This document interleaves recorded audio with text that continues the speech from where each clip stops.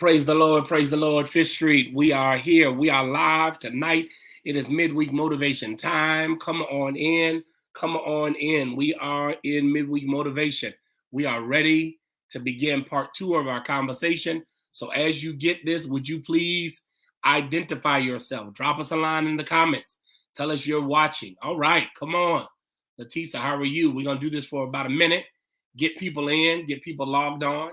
As you see this notification, come on, log on in. We are live. We are live. Come on in.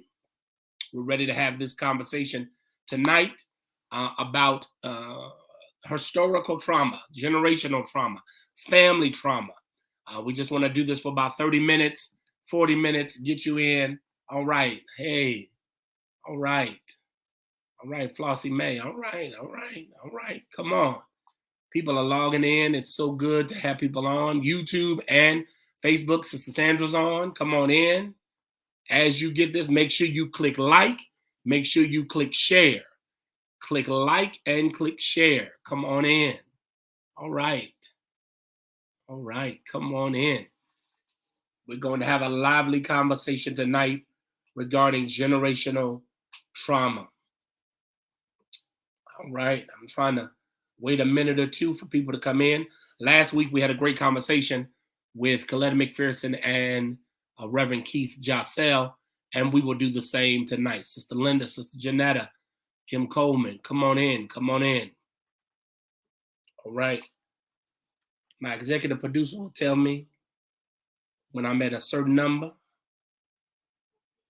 All right, 14, okay, all right. Let me go into my...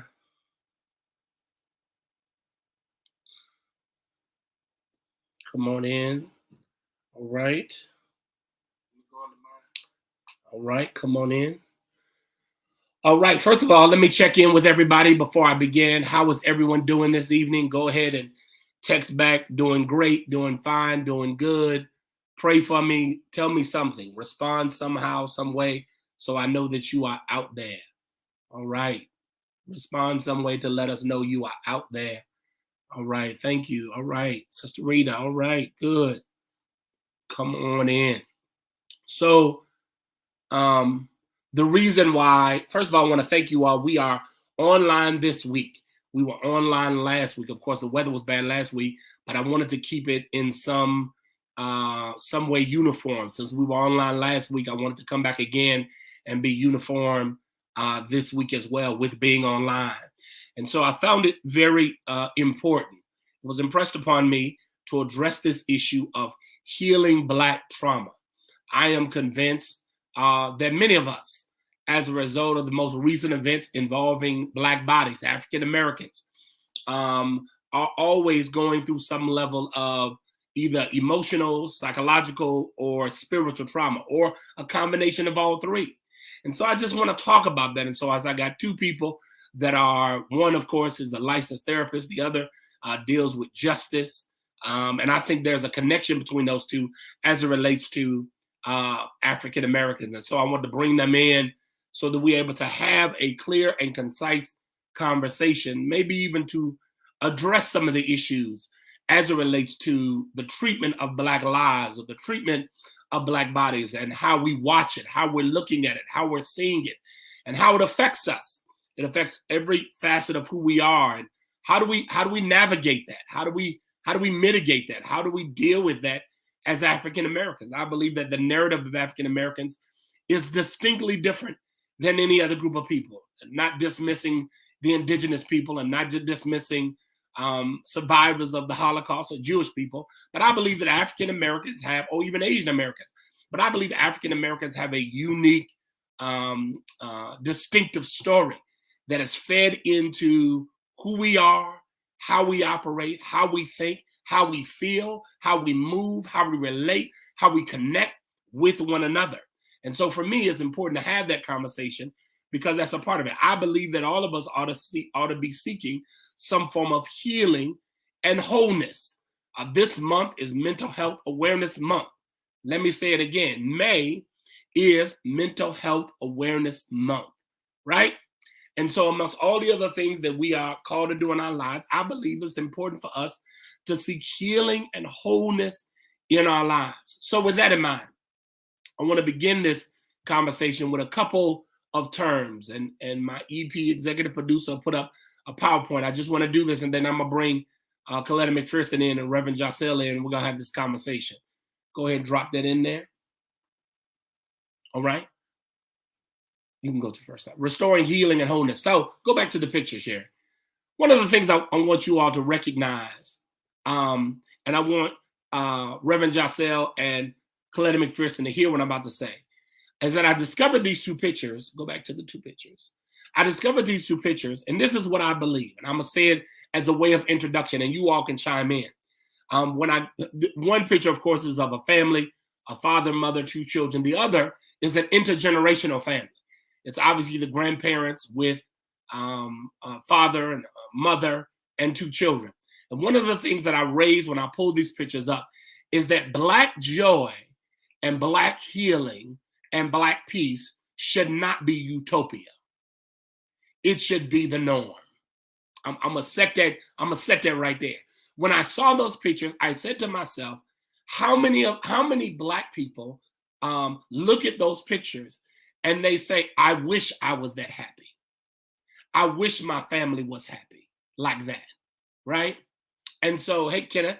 And so one of the things that I said was Black joy should be the norm, not the exception. So when we talk about our families and the importance of families and the importance of how we navigate within our families, Black joy should be the norm, not the exception. I'm going to sit there right there for Reverend Jocelle and Coletta because I want them to deal with that next year. Okay, so here is the premise. Historical trauma is an example of intergenerational trauma. I'm going to give you the definition. It's caused by events that target a group of people. Thus, even family members who have not directly experienced the trauma can feel the effects of the events generations later. I want to set that there because when we talk about our families, mostly what happens to us or the way we manifest what happens to us did not begin with actions on our own. It began somewhere, probably in our past, in our family lineage, in our family line. It either happened to our family or something was manifested in the family, and it was passed from generation to generation to generation. And as a result of that, if it was a traumatic event, those traumatic events can play themselves out generations later, right? You may behave a certain way, you may talk a certain way, you may associate with certain people only as a byproduct of the trauma that was experienced in your family. So that's the definition of historical trauma. Next slide. Back one more. Post-traumatic slave syndrome. I'm gonna give you this, and then I'm gonna bring Reverend Jocelle in. Is a condition that exists as a consequence of centuries of chattel slavery followed by institutionalized racism and oppression have resulted in multi-generational adaptive behavior, some positive reflecting resilience, and others that are harmful and destructive. So I want to give you this. Hear me, beloved. We as African Americans many of us operate in certain ways that are the byproduct of the way our ancestors were treated when they were brought over to this country, right? Many of us act in ways that are generational. We do things because they are generational. So in a few cases, of course, we manifest them ourselves, but when we talk about post-traumatic slave syndrome, or we talk about historical trauma, all of us on this line watching today have all carried things from our families into our present, right? And whatever impacted our families, if it wasn't dealt with, if it wasn't annihilated, if it wasn't done away with, we have carried some of that trauma with us even today. I said this about Dr. Sherry's when she comes home from telling me about kids at her school. I said it is hard enough for kids to have to carry their own struggles, but more than likely, kids are carrying the struggles of their parents. They're carrying the struggles of their grandparents. So you have kids that are walking around basically teenage or high school trauma victims because the trauma that they have or they're experiencing, they're manifesting it based upon what their parents, grandparents, and so on and so forth have. So this is specifically true for African Americans who've experienced trauma throughout all of our generations. So I'm gonna pause right there because I got several slides I want to show. But go to the next slide real quick. Let me go there and then I'll bring them in. Let me give you one example. So here's one example, and then I'm gonna move on. American chattel slavery existed from 1619 to 1865. Chattel slavery was personal property bought and sold as commodities or like cattle. A typical slave family was matriarchal in form, for the mother's role was far more important than the father's, and many times fathers' names were omitted from birth records. So I want to sit that here because my slides kind of chase chattel slavery down to Jim Crow, down to the war on drugs, and what you see is this thread that goes through from chattel slavery all the way to the present about the deterioration of the Black family and how all that has impacted Black families has done nothing but cause the deterioration of Black families, right? And so I got to raise that just as a basis for some of the trauma that Black families have experienced. Now, would you please welcome Coletta McPherson and Keith Jossel. I want to make room for them to speak. I just had to get that. I had much more to say. I had to put that in. I had to do my best. All right. Man, thank y'all. I had like 9 other slides, but I gave you 3 or 4. I had to use that. First of all, welcome. Thank you all for coming back. Thank you. You had to open up with that because I think many times we as African Americans don't think that what happens in our families has happened to us. Yeah. It didn't happen because we did it. It happened because it was impacted upon us. It was thrust upon us.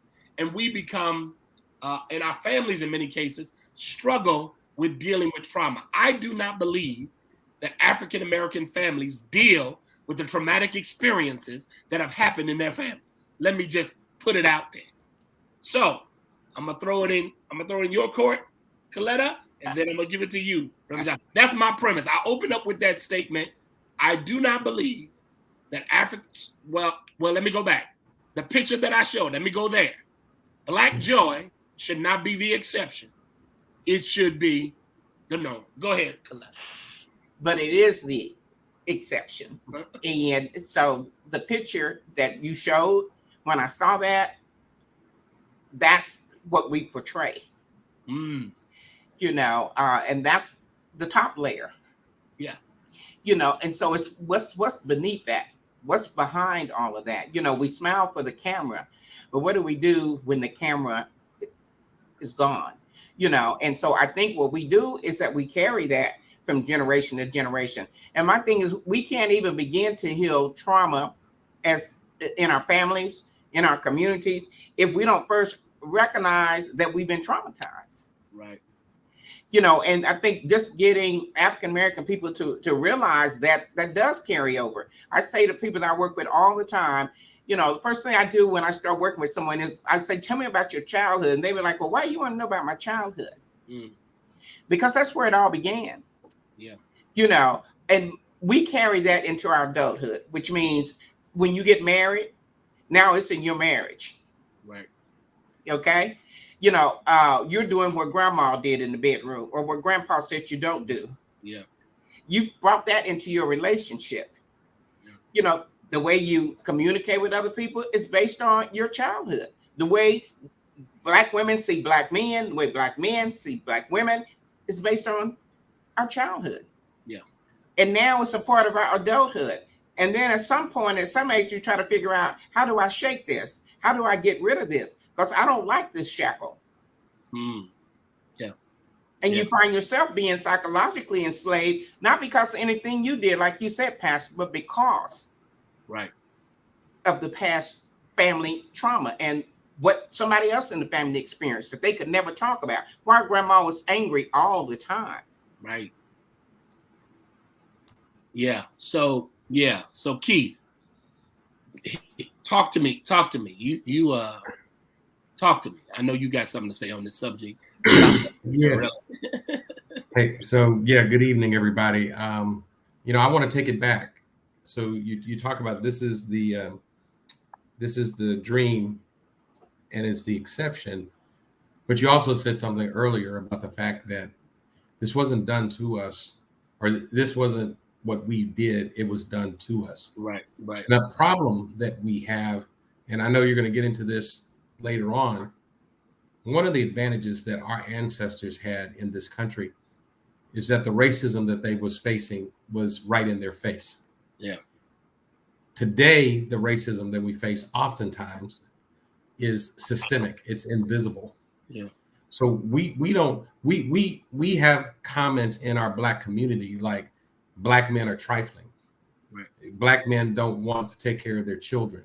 Right. But what we don't understand is that in the 1940s and 50s and 60s, the United States was instituting laws that said the mother and the child could not get benefits if the man was in the house. And so oftentimes in our own community, the man would be in the house, and when the white man would come to the door to do an inspection, they had to run out the back of the house just so that they would not be seen there, because they would lose benefits. Now, why was that important?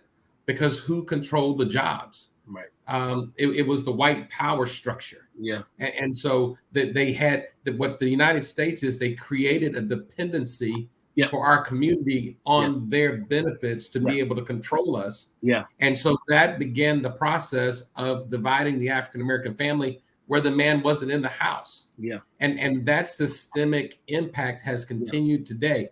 Pastor Coleman, I was telling you that I was getting ready to coach two individuals from Philadelphia that are impoverished men.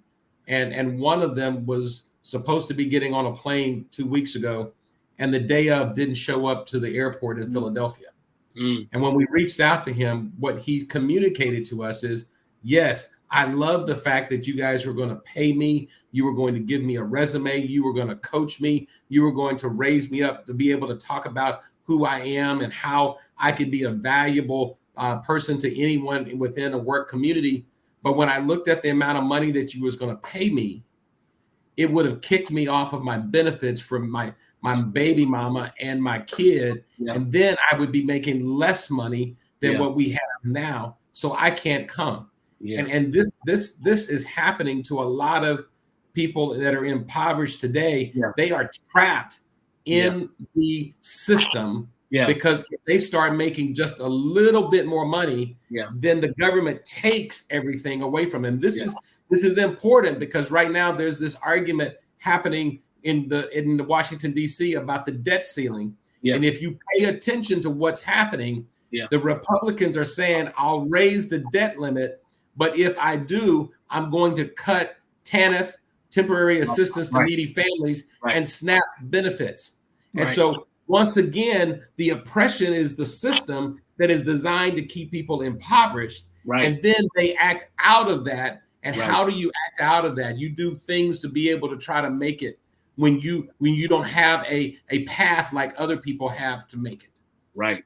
And it's funny you said that, because I believe that all of what happens in society, be it systemic, be it structural, that does nothing but further reinforce the intrapersonal trauma that people experience. Feelings of inferiority, feelings of insufficiency, feelings of inadequacy. What the young man was saying was not just I will lose my benefits, but what that's reinforcing is you're not enough. You're not good enough. You're not able enough. Mm-hmm. And that reinforces a level of inferiority. There is a scripture, and I might preach it Sunday.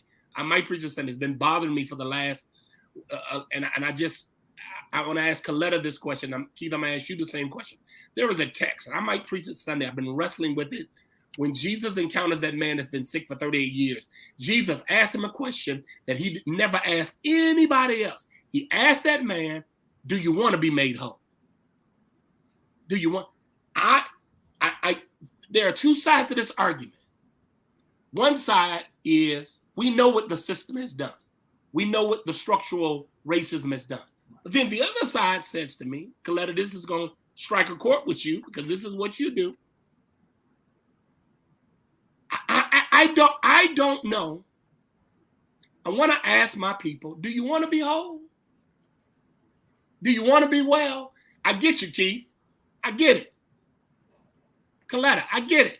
Yeah. But do you want to be well? I honestly believe that our people have sat next to sickness so long that they don't think they can get up and move their seat. But I think that our people don't know they're sick. Mm. And that's the difference than me sitting there next to it and then me realizing that I am sick. Yeah. Because if I'm sick, everybody around me is sick, but I think that's the norm. And so I don't know, sometimes, you know, the population that I work with, they don't always know that they got a problem. Wow. You know, until they come and we have conversations and I have to say to them, well, you know, explain to me this behavior. If you were not under the influence, would this be something that you would have done? They don't recognize it. So I don't know that as a whole, we recognize that we are sick. You know, how many people do you know? Let's look at the physical side of this. How many people walk around with a physical health problem and never seek treatment because they feel like the pain's going to go away? We think that when we grow up and we get out of that house, that we take nothing with us, but we carry all that trauma with us. Wow. I tell people all the time, when you leave home, wherever you're going, you got to go through your bags because there's some stuff you should have left at home that you're now bringing into this relationship. You know, and then you marry somebody and they got baggage. So now you got two people that's bringing in all this baggage and you haven't even begun to develop your baggage together because of the trauma. So we don't always know. I was reading an article, I'm always doing research, and it showed that the average age that people really begin to realize that they were traumatized as a child is between the ages of 35 and 40. Wow. That's when they realize, as you would say, that they're sick. Right. You know, they know something's been wrong all these years, but it's not until then that they say something's not right. Right, right.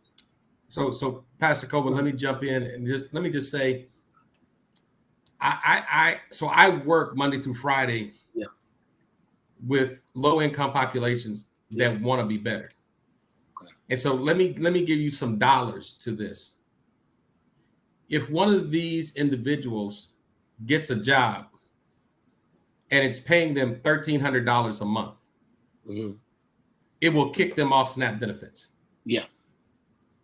The value of what they can get, childcare and food stamps, is greater than $1,300 a month.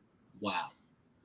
The system is designed that if you try to get into just a minimum wage job, right, it is designed to say you're going to be in a worse off position than you were, bounce back into the codependency that we want you to be in.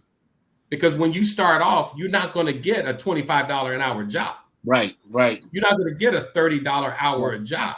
Right.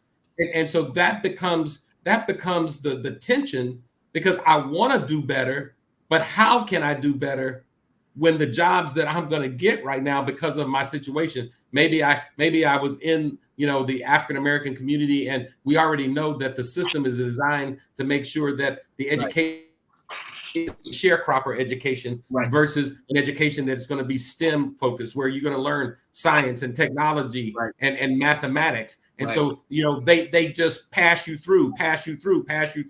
Now you're out here and you have basic reading levels, basic writing levels. And so the type of jobs that you're going to get into are manual labor jobs. And then that's when, especially in Oklahoma, that suppresses wages, then that's when they say, I got you. Because that becomes sharecropping all over again, because you're working hard, but you can't get out of your situation because you're not making enough money to do it. Yeah. That's difficult to hear. That's difficult. And so you really have to wrestle with those who are trying to do well versus those that have given up, who are saying, I don't want to do it. And I think that is a form of economic trauma, financial trauma. Yes. And so what you said right there, yes. So then we lose some of them. Yeah. because they're like, okay, you got me a resume, you train me how to interview, but the jobs that you're giving me, if I take them, we lose childcare, we lose these benefits. But you know what? I can go on the street,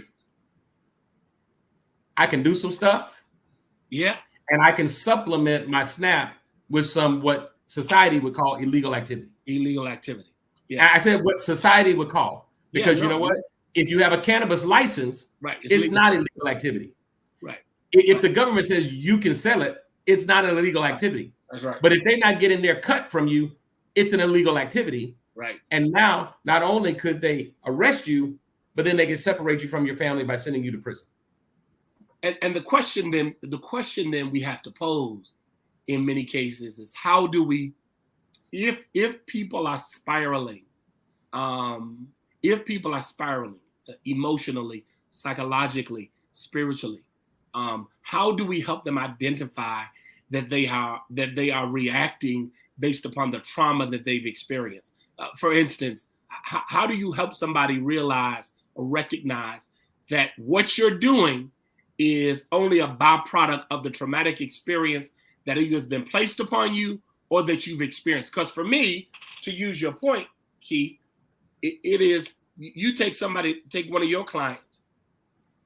Only so many times am I going to experience failure that eventually I'm going to start manifesting the traumatic behavior. Let's be honest. If I keep getting rejected, if the government keeps doing this to me, eventually, if for you, Coletta, if I keep going through these programs, but only to leave the program feeling the need to get high again, feeling the need to, and I'm failing, and I'm spiraling out of control. Mm-hmm. Yeah, but I think, I would agree with everything that's been said, but I think it goes back to a little bit of what we touched on last week. It has to go back to us helping people to heal. And that means it goes back to self. You take any word that starts with self. That word self means it's about you doing some work. Self-esteem, self-confidence, self-belief. It's all self. And so we have to help people to believe in themselves, regardless of whether they're living off of SNAP benefits or not. You still got to have some belief in who you are. You've got to believe in yourself before anybody else is going to believe in you. Doesn't matter whether you're getting SNAP benefits.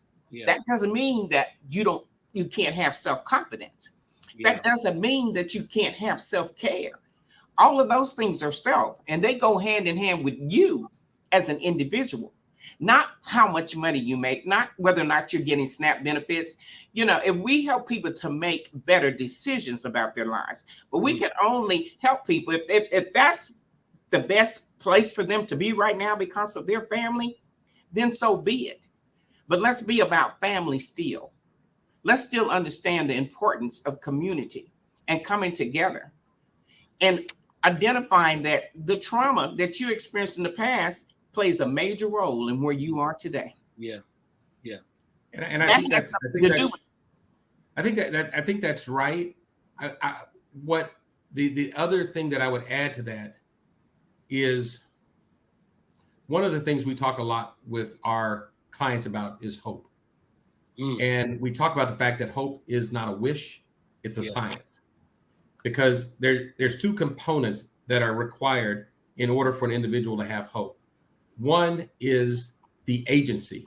And I think that's what Sister McPherson is talking about, the the willingness to be able to get better. But the second thing, it becomes the pathway. What's the pathway that will allow me to be able to go in a different direction? If you only have agency, want to, but you don't have a pathway, that's just a wish. You have to have agency and pathway. So just an anecdote. So one of the young men that I was working with, he had this vision, this hope that one day he could start off as a truck driver, and then he could buy his own truck, and then he could rent that truck out to somebody else, and then he could get a second truck, and then he could be basically his own truck entrepreneurship company. But you know what? In order to do that, he was going to have to go to truck training class Right. to be able to get a CDL. In order to get a CDL, he was going to have to commit to 8 weeks of training in order to be able to get the CDL. How many people who are in poverty can afford to go 8 hours a day for 8 weeks? And here he is, he's got a wife, he's got children. He can't do it unless we came in and said, we're going to pay you to go to training. We're going to give you a stipend that is going to allow you to be able to help take care of your family. And you may still have to work a little bit extra in order to support your family. And we'll pay for the license once it's ready for you to be able to get it. And so that was 3 years ago, Pastor Coleman, 3 years ago. Do you know every year that young man still calls me and talks about how we changed his life because he had the agency, but if he didn't have the pathway to be able to get there, he never would have gotten there. And it's too many times within our own community. So when you say, how do we help people get there? We have, in our own community, we have to be able to create economic opportunities for people to be able to have a pathway. Because I'm going to tell you, with most of the people that I meet on a day-to-day basis, they have agency, they just don't have pathway. It's funny because I think Sister McPherson would say, too, that her treatment plan for her clients is the pathway. Am I right? You are absolutely correct. I mean, and I think everybody has a treatment plan, whether it's official or an unofficial. Right. You have a treatment plan, and that does take steps. And you can't take those steps alone. You know, I think that is important to have a support system. That is having someone to help you to maneuver through that pathway. Yeah. Because it's not going to always be easy. There is no roads without some bumps. Right. And so you're going to go through that. And it is important that, we do have agencies, we do have services that will help them. One of the things we do with somebody, we just don't put it in writing that this is your plan. We know that means linking them here and linking them there and making sure that they get this. My thing is, as a therapist, I say to the case managers I work with, I don't want to see an individual until their basic needs have been met. My work is useless. Right. As a therapist. That's right. To think I'm going to deal with their childhood trauma and they don't even know where they're going to sleep tonight. So we have to look at, we've got people whose basic needs have to be met first. Right. Don't talk to me about my childhood trauma until I know where I'm going to get my next meal from. Right. And so I say to my staff, I don't even want to see them. Don't put them on my schedule. Right. Until the basic needs have been taken care of. We That- need that to Pastor get Coleman from did- so point what A she's- to point B. And what she's saying, so I want to make sure everybody hears, it's not one or the other, it's both. So what she's saying is spot on. So and so that's why I have to give the plug to what we're doing at Fifth Street called Strengthening Families. Because part of that Strengthening Families, it's an evidence-based program that has been used with low-income populations. Really, it's been used with all types of populations, of families, that helps them to be able to understand what Sister McPherson is saying. Why do I think I have to whip my kids in order to get them to do right? There we go. Why do I think that? Now let me walk you back from that. And every time I would ask this question, it's like, pow. It's like, okay, so you feel like that's what you need to do. What happens when your son or your daughter is 24 years old and they have their children? Do you want them beating your grandchildren? Because that's what you're setting in motion. And then it's like, oh my God, no, I don't want that. But that's what my daddy did. That's what my granddaddy did. And they begin to see the generational line. And then it's like, okay, now that you're open to a different way, let's talk about alternative discipline methods. And that's the beauty of these. And that's what we do Monday through Friday as well. We don't just do the resume and the interview. We take them through an approach that gets them to think about their life and who they are differently than what oftentimes most people in the community has told them. Now, that doesn't replace therapy, because I still think that's incredibly important. But we do give them the opportunity, and most of them say, why haven't anybody taught me this when I was in high school? Because if I had been taught to think of myself differently, to think of my children think differently, to think of my opportunities different. Right. It would have been different for me than what I typically get. Right. And so it's a combination. We've got to work on the mind, and we've got to work on the pathways. Listen, you all both know that the trauma of corporal punishment in the Black community. That's one. You all both know the trauma of food disorder in the Black community. We know that we were taught, eat everything on your plate. It's kids in Africa starving. That's the line people know. So now we have trauma around food. We beat our children. So now we have trauma around punishment. I could call a list of things that exist in our families that we have perpetuated from generation to generation that have not made us the better. They've made us the worse. Right. But if we don't recognize that, Pastor, and I think that's the key, to have these kind of conversations, it's like we're talking about it, but, what are we doing? How are we going to make a difference? How are we going to make these changes? Because we can talk about it, all day, but when are we doing something? How many of us are even willing to come back and even work in the Black community? And Glenn, I will say this. I will even add this. I think for many African Americans, other than you and Reverend John said, I think many African Americans don't even think about it. I think it's not a matter of talking about it. I believe that many of us, for many in our community, corporal punishment is a part of the process. Sure. It's just what it is. Right. It's what it is. It's beating your kids. Right. I think that's beat your children. I don't think that people have a conversation to be reflective, to use Reverend Johnson, to even know the history of corporal punishment, where it came from, why we do it. Nobody talks about that. Right. Nobody talks about that. Right. I think that, so for me, the conversation should be taking place so that then we move to use your term, the pathway of how to address it. I don't think anybody's talking about this whole notion of food insecurity in the Black community. Right. Nobody talks about that. Right. There are things that kids pick up from one or two parents that in many cases are perpetuated onto the next generation. You are right. And then the next generation. Right. And then the next, whether it's abuse, domestic violence, it could be incarceration, it could be drug, whatever it is. If it's not addressed, to use Keith's anecdote of the young man, by helping that young man, he broke cycles. Right. And generations of trauma just in helping him. I don't believe, to your point, Coletta, that we even recognize sickness. Right. We don't even acknowledge it. Right. We don't even know what it means to break a generational traumatic curse on our families. Right. Which is why we have to start talking about it. Yep. It has to be front and center in our churches. It has to be front and center in our community. When you talk about the food insecurity, the grocery store on 23rd Street, that is no longer there. So the white community brings the grocery store into our community, and come in as the savior.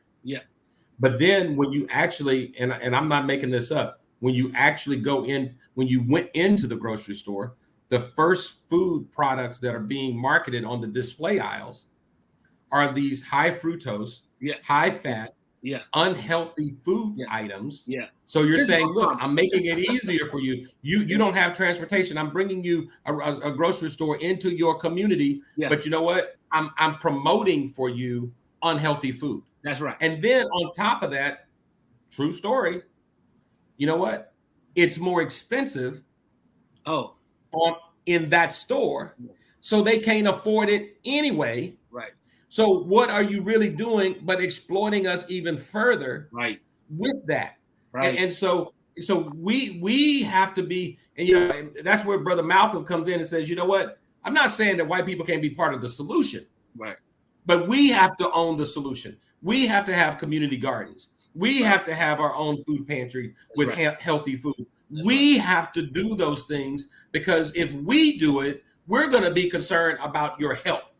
Right. Not just that you're getting food to eat, because you do need food to eat. You need to be able to provide food for your children, but we're not helping you. We're not helping you by promoting and offering to you foods that are going to increase your diabetes, foods that are going to increase your blood pressure, foods that are going to increase your gout, and do all of these things. That is why we've got to be mindful of those things, because if we don't, we allow other folks to come in and then tell us what we ought to be doing.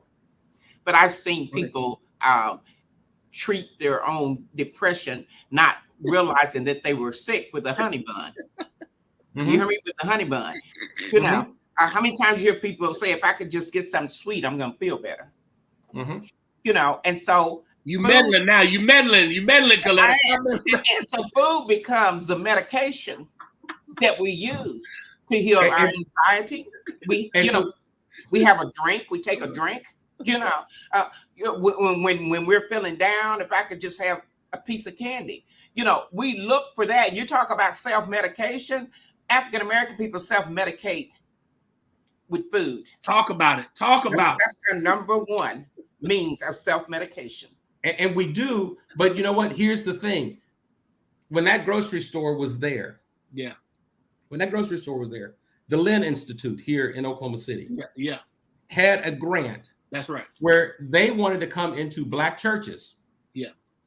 And be able to teach us how to eat healthy and good. And most Black churches in Northeast Oklahoma City said, no, thank you. Right. Because we consider it an affront that you telling us what grandmama gave us wasn't good for us and we shouldn't be eating that no more. You're sitting there saying, hey, you don't necessarily need to have a hammock in the greens. You can put something else in it. Oh, wait a minute. No, that's how we've always done it. Right. But oftentimes, and again, it goes back to education. When are we having the conversations about how we can do things? I loved it, Pastor Coleman, when we had Chef, what's her name? Chef Lex. Chef Lex was coming to the church, and she was showing us how we could eat good food in a healthy way. And people were eating it up. They didn't think they would necessarily like it. But a lot of times that block that Sister McPherson is talking about is, I'm self-medicated. I need it to taste good. Right. But you know what? There's another way that you could eat it. It will still taste good. Right. And it's not going to cost you an arm and a leg. We have definitely been traumatized by food. I mean, let's be clear. And I think self-medicating is, and Coletta, because that is your expertise, you see more people that self-medicate on a daily basis. Yes. And it's funny, I think that there are people that don't come through your door that live in the neighborhood that self-medicate. Of course. Every day. Every day. Yeah. I don't think even sometimes people realize some of the symptoms of depression. It's fatigue. People wouldn't associate that. First thing they want to do is say, I need to go to the doctor. I don't have any energy. Right. But that's one of the signs of depression. Being alone can cause depression. Right. So it's different things. And then next thing you know, it's like, I need to do something to make me feel good. And what's going to make me feel good? Is it going to be a drink, or is it going to be some candy? Is it going to be, some greasy fried food? Whatever it's going to be. And food is supposed to can heal the soul. Yeah. But unhealthy food. Yeah. Reverend Jacel said it. We think we got to cook greens, and we do have to have a ham hock in it, but we don't. Right. It's learning that this can be healthy for me. Nobody's saying eating is unhealthy. Nobody's saying even what grandma cooked is unhealthy. Right. But my thing is, we're not able to put a limit on it. People worry about the number of people who are addicted to drugs. I worry about the number of people who are addicted to food. Because that number, I promise you, is much greater. Wow.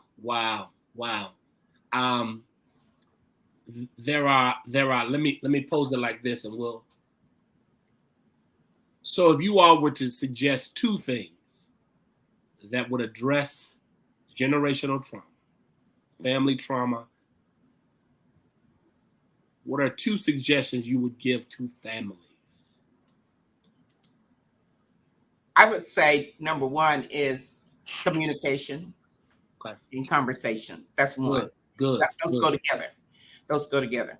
Good. And I think people having to realize or being okay with the fact that it's okay to ask for help. You're not in this alone. You don't have to do this alone. When Reverend Jarcel talks about what he did for that young man, he had a group of people that were there with him. Yeah. That helped him to get through that path. You know, yeah. Everybody needs what I call angels surrounding them. And God always is going to provide you with your angels. Sometimes you don't recognize that person's been placed in your life for a purpose, for a reason, and sometimes just for a season. Yeah.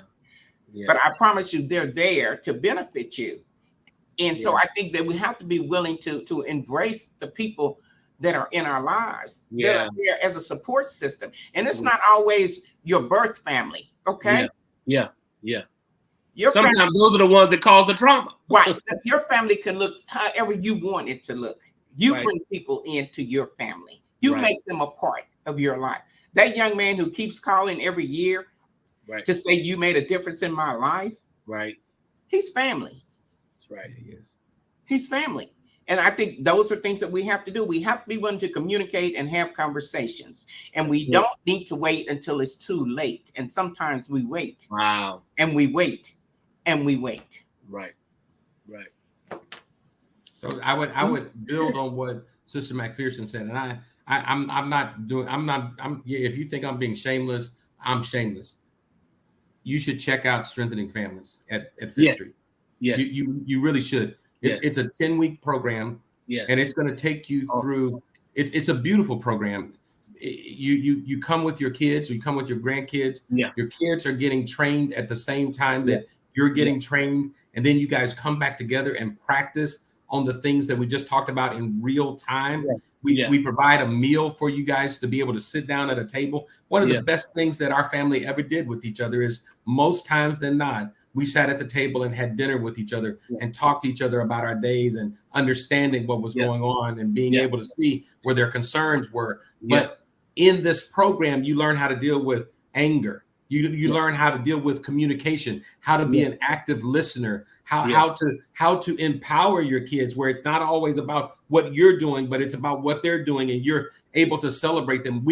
Most of the things that we do today is what was done to us, good or bad, by our family system, and being able to see things in a different way. Quick story. We had someone who came in 2 years ago, and I just saw her at a Thunder game with her son. And she said to me, I don't know if you remember this, but my son was in trouble at school almost every day. Yeah. Since being in the Strengthening Families program, he is not only not in trouble, but he is elevated to being the teacher's assistant at school because of the level of esteem that he received by coming to Fifth Street and being part of this program. Yeah. So just because you did things and you're doing things a way that you've done them in the past doesn't mean that you have to continue to do that. The other thing that we saw is that a lot of people were able to forgive their parents and their grandparents and those who were abusing them, because then they were able to say, I understand. I don't agree with what they did, but at least I understand where it's coming from now. Yeah. And so I can release that and let that go. Yeah. And that's not only that, yes, that helps that relationship potentially, but who it really helps is that person, because they had that toxicity inside of them that they were holding on to and not letting go. So that would be one thing that I would say. And then the second thing I would say, we didn't get to this, but I want to say this. We got to spend money with ourselves so that we can provide opportunities for ourselves. And so, Pastor Coleman, I don't know if you know this or not, and I'm not suggesting, Sister McPherson, that we need to run off and self-medicate in regards to this, but do you know that 80% of Hennessy is bought by Black people? Yes, I do know. Yes. 80% of Hennessy is bought. We send our money out of the community by buying Hennessy. And I'm just throwing this out for free for somebody right now. Nyack, N-Y-A-K. N-Y-A-K is a Black-owned brand. It's the fastest growing cognac in American history.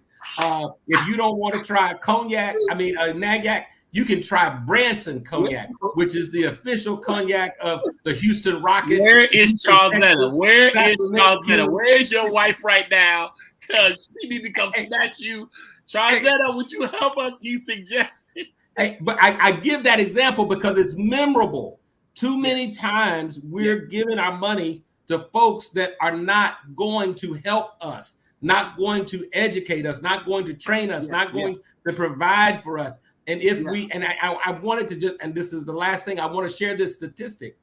Right now, only 2% of our dollars are recirculated in our community. Yeah. If we were able to take that 2% to 10%, we could create 1 million jobs and provide economic security to countless Black households where they wouldn't have to be depending on SNAP or TANF. Just taking it up to 10% of the $1.3 trillion that we have power over, we could change our community just by going from 2% to 10%. Ergo, why we have to have conversations about Trump. Because you can't do any of that you're talking about, Keith, unless we address the trauma. Yeah. Right. You said it last week, Sister McPherson, you said it. We have to own our own healing. That's right. Both of you all said that last week. I want you all to know how powerful a statement that is. Yes. We have been too dependent upon other people to do for us what we need to do for ourselves. You're correct. Own your own healing. Yes. It is not up to the government to heal you. That's right. It is not up to systems and structures. Those are the systems and structures that impose trauma on you. Right. Both of you all said last week, you need to own your own healing. As a powerful, I don't even know how powerful, that was a powerful statement. Yes. I believe, Keith, that Hagar owned her own healing. Yes. Yeah. She owned it. She didn't let anybody else determine or dictate that for her. Abraham couldn't do it. Sarai couldn't do it. She did it for herself. That's right. And so that was powerful. So, hey, man, I don't even know what to say about YouTube. This is just, this is wonderful. This has been great. This has been absolutely wonderful. Charlesetta said, pray. Yeah, you need to pray for your husband. He's suggesting cognac on the church live. Hey, we had Crown a month ago. We did. Only in Fifth Street. Crown went up in Oklahoma City. Crown went up. Yeah. Hey, I love you all. I thank God for you. I know that this is we will have another form of this conversation in the upcoming months. I believe we have just scratched the surface on how to help our people with healing Black trauma. To be honest with you all, this is a 4 or 5, 6-part series because I think we need to have these conversations. I see so much happening in our community adversely that's affecting our people. Really, I mean, just everything from our kids to adults to seniors. I mean, I'm just, I see it. I see it. And then you all see it. You all deal with it all the time. And I think in our churches, sometimes our churches are sheltered. They shed away from those things. I'll be honest with you all. Many people in our churches don't hear these things. Right. They don't deal with these things. They don't talk. A lot of people in our church do because they work in those systems. Right. There is a constituency in our churches that don't deal with none of this. And they are going through it every day. Right. Pastor Coleman. Yeah. Pastor Coleman. And just, I need to balance my cognac with the word and to what you just said. Okay. Water in the wine. Jesus said, I came that you have life and that you have it more abundantly. Yeah. It wasn't about just going to get into heaven. Yeah. It was about that he cared about how you lived while you were here. That's right. And so this conversation about trauma, conversation about changing your thinking, renewing your mind. These are concepts that Jesus cared about. Yeah, and he shared with the people before he went back to heaven. Yeah, and so to your point about the churches, we can't just talk about you're saved. We can't just talk about that you're going to get to heaven when you're going to get your shoes when you get to heaven. We got to talk about getting your shoes now, and that starts with the mind, and then it flows with your activity. Hey, I thank God for both of you all. I love you all. those of you watching, would you thank Sister McPherson and Reverend Jocel for me? Would you please put in the comments a thank you? I thank God for you all. Know that these conversations will be had with you two in the future. I am grateful because I think that it's needed because we are all, I believe that Fifth Street is a place of liberation. Yes. I still believe that. I believe that on my heart. The way we talk, the way we interact, the way we put focus on what needs to be focused on, I believe it's a place of liberation. You are free when you come to the Fifth, and these conversations free our people. So I'm grateful for you all, and I think everybody's commenting now. Thank you. You all see their comments for everything you all that you mean to Fifth Street, that you mean to me, and to Dr. Sherry, and just to our whole family and the Fifth Street Church for the information you give. All right, let's go ahead and pray. God, our Father, we thank you for this day. Thank you for this conversation, a much needed conversation.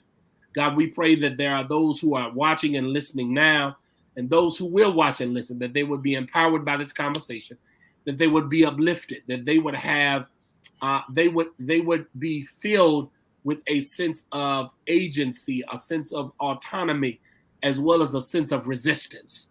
That at the end, God, they would know who they are and whose they are, and not be dependent upon the systems and structures that have often perpetuated the trauma that is within us. And so, God, whoever it is, we pray for healing over them right now. Heal their mind, heal their body, heal their spirit. But not only that, God, heal their families. Yes. Heal their relationships. Yes. God, heal all of their gatherings, God. Anything that's in their family that is not like of you, God, remove it now. Allow them to communicate and converse with one another. Allow them, God, to be supporters of their own. Supporters and investors of their own. God, we thank you for all that you have done and what you intend to do in our lives, God. And we are careful to give you praise and glory. For each person watching tonight, we thank you. And God, will be careful to give you praise in Jesus' name. This is our prayer. Amen. Amen. Hey, thank y'all. Thank you. Love y'all. Y'all take care of watching. Bless y'all. We are so grateful to have you all tonight. We will see you all in hopefully in a week or so. I'm grateful for each one of you all. This is a great conversation. This is much needed in our community for our church.